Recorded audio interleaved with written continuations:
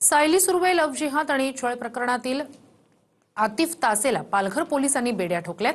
पालघरच्या मनोरमध्ये जमीन बळकावणं आणि जीवेठार मारल्याप्रकरणी तासेवर गुन्हा दाखल आहे। नाशिकमधल्या खराब प्रकरणानंतर आता नाशिकमधल्याच एका आयटी कंपनीमध्ये धर्मांतरण प्रकरणाची एसआयटी चौकशी होणार आहे। मल्टीनॅशनल कंपनीमध्ये महिलांचं लैंगिक शोषण आणि धर्मांतरणाचा आरोप झाला। यामध्ये एका महिलेसह 7 जणांवर गुन्हे तर 5 जणांना अटक करण्यात आली। पुण्यातल्या सासवडमध्ये सुद्धा लँड जिहादच्या आरोपामध्ये सासवड ते कोंढवा हिंदू जन आक्रोश मोर्चा काढला गेला।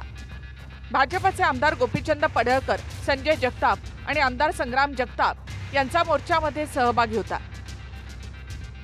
मागच्या काही काळामध्ये खास करून भाजप नेत्यांच्या नेतृत्वामध्ये लव्ह जिहाद आणि लँड जिहादच्या नावाने वेगवेगळ्या शहरांमध्ये मोर्चे काढले जात आहेत।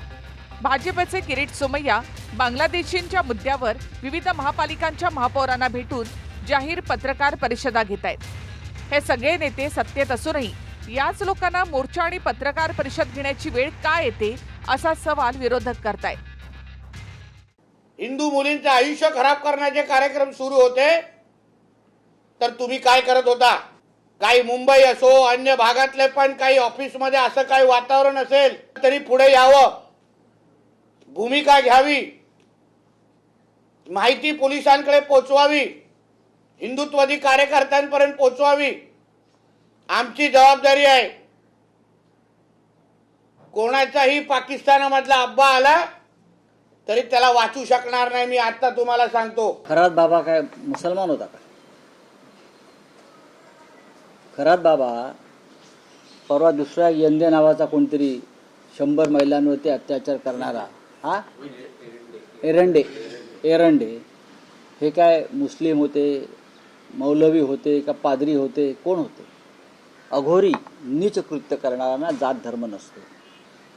खरात बाबा हिंदू आहे किंवा एरंडे नावाचे कोणी बाबा महाराज 100 महिलांवरती लैंगिक शोषणाचा त्यांच्यावरती आरोप आहे हां, त्यांची नावं हिंदू आहेत म्हणून तुम्ही त्यांच्या बाबतीत हिंदुत्ववादी संघटना या नरमाईची भूमिका घेणार।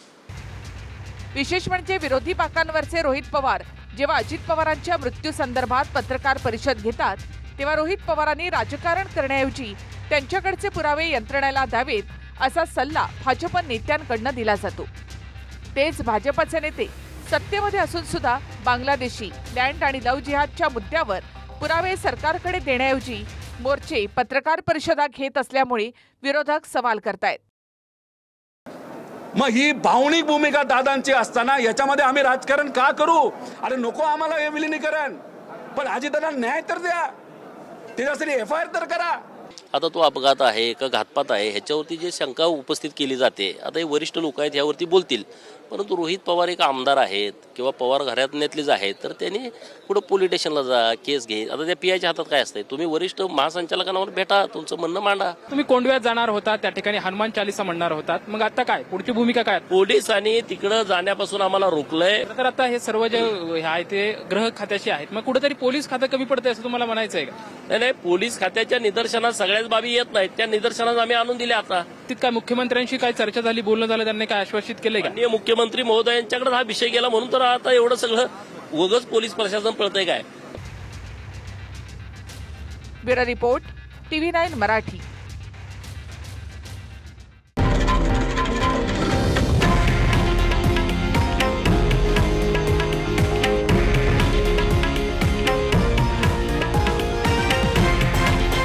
हे आहे देशातील नंबर 1 न्यूज नेटवर्क आणि आपण पाहत आहात TV9 मराठी, एकमेव।